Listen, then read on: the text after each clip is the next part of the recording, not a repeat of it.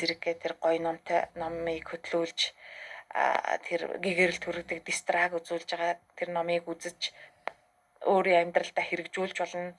Бурхан багш гэж хэн байсан талаар бурхан багшийн цадиг түүхтэй танилцж болно тий.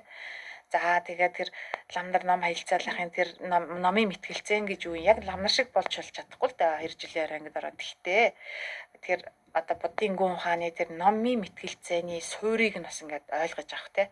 Энэ бүх боломжийг энгийн хүмүүст олгоё гэд. Ингээд манай төв бол гавж нэмсэн буугч маань 2 жилийн орой ангидаа ингээд бурхны шний одоо тайлбар ерөнхий ийм цогц тайлбар хичээл орохоос гадна ийм дүүрээ буюу тэр нөгөө мэтгэлцээний ухааны суурийг тавих тийм багшаар ажиллаа. Тэгээд одоо өөрийн зиндааны хансар гавж нанзадар жогшийг одоо бурхан багшийн намтар бадмирийн зэргийн багшаар ураад өөрийн зиндааны бас гівш лусан гиндан багшийг төвд хэл бичиг нэр орчуулгын багшаар ураад ингээд ийм